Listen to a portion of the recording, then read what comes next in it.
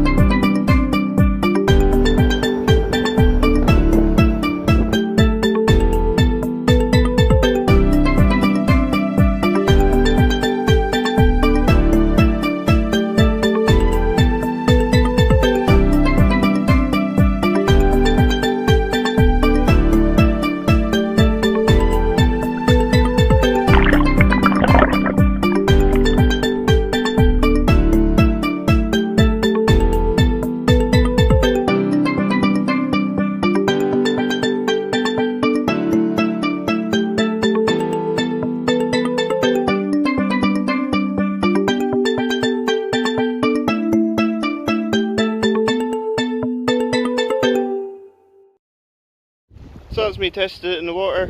Seems to be working fine.